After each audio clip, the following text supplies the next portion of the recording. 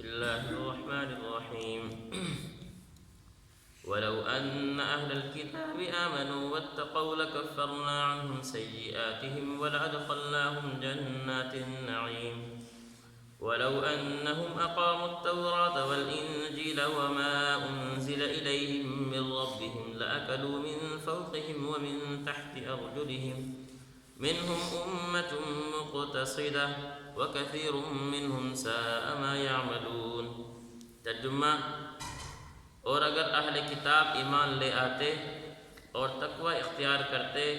تو ہم ضرور ان کی برائیاں معاف کر دیتے اور انہیں ضرور آرام و راحت کے باغات میں داخل کرتے، اور اگر وہ تورات اور انجیل اور جو کتاب اب ان کے پاس ان کے رب کی طرف سے بھیجی گئی ہے اس کی ٹھیک ٹھیک پابندی کرتے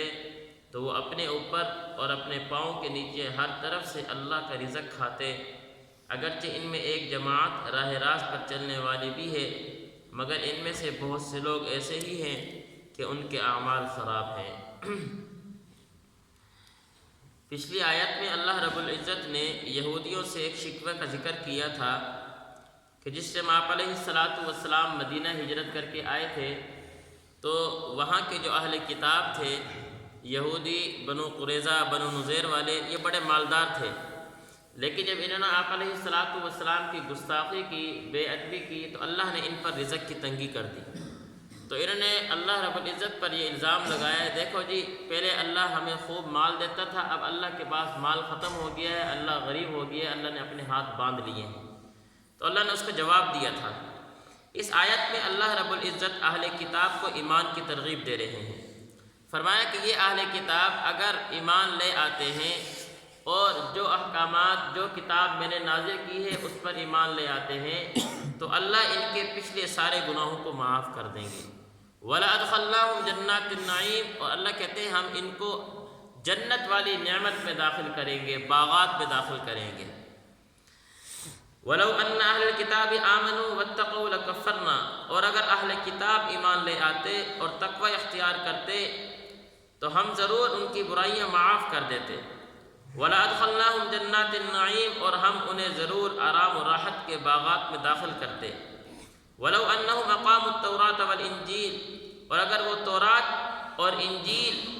اور جو کتاب ہم نے ان کے رب کی طرف سے ان پر اتاری ہے اس پر ٹھیک ٹھیک پابندی کرتے، اس پر پوری طرح عمل کرتے، جو احکامات نازل کیا کہ ان پر عمل کرتے، لَأَكَلُوا مِنْ فَوْقِهِمْ وَمِنْ تَحْتِ أَرْجُلِهِمْ، تو اللہ نے فرمایا لَأَكَلُوا مِنْ فَوْقِهِمْ، ہم آسمانوں سے بھی ان کے اوپر برکتیں نازل کرتے، وَمِنْ تَحْتِ أَرْجُلِهِمْ، اور زمین سے نیچے سے بھی ہم ان کے اوپر برکتیں نازل کرتے، یعنی ہر طرف سے اللہ ان کے اوپر رزق کی فراوانی کر دیتے۔ لیکن انہوں نے تو تورات کو بھی نہیں مانا، جو کتاب ہم نے ان پر نازل کی تھی ان احکامات پر بھی عمل نہیں کیا، ایمان بھی لے کے نہیں آئے، بلکہ اس بھیجے ہوئے پیغمبر کی بے ادبی اور گستاخی کرنا شروع کر دی، جو کتاب نازل کی اس کو ٹھکرانا شروع کر دیا، تو اللہ نے پھر ان کے ہاتھ تنگ کر دیے۔ تو فرمایا لَأَكَلُوا مِنْ فَوْقِهِمْ وَمِنْ تَحْتِ أَرْجُلِهِمْ، ہر طرف سے اللہ ان کو رزق دیتا، آسمان سے بھی اور زمین سے بھی۔ مِنْهُمْ أُمَّةٌ مُقْتَصِدَةٌ، اگرچہ ان میں ایک جماعت ایسی ہے جو راہ راست پر چلنے والی بھی ہے، لیکن اکثر لوگ ایسے ہیں جو اپنے اعمال خراب رکھتے ہیں، جن کے اعمال درست نہیں ہیں اور جو وقت کے پیغمبر کی بات کو نہیں مانتے، جو نازل کردہ کتابوں کے احکامات پر عمل نہیں کرتے، اس لیے اللہ رب العزت نے ان کے اوپر رزق کی تنگی کر دی ہے اور ان پر مال تنگ کر دیا ہے۔ اللہ ہمیں سمجھنے کی توفیق نصیب فرمائے۔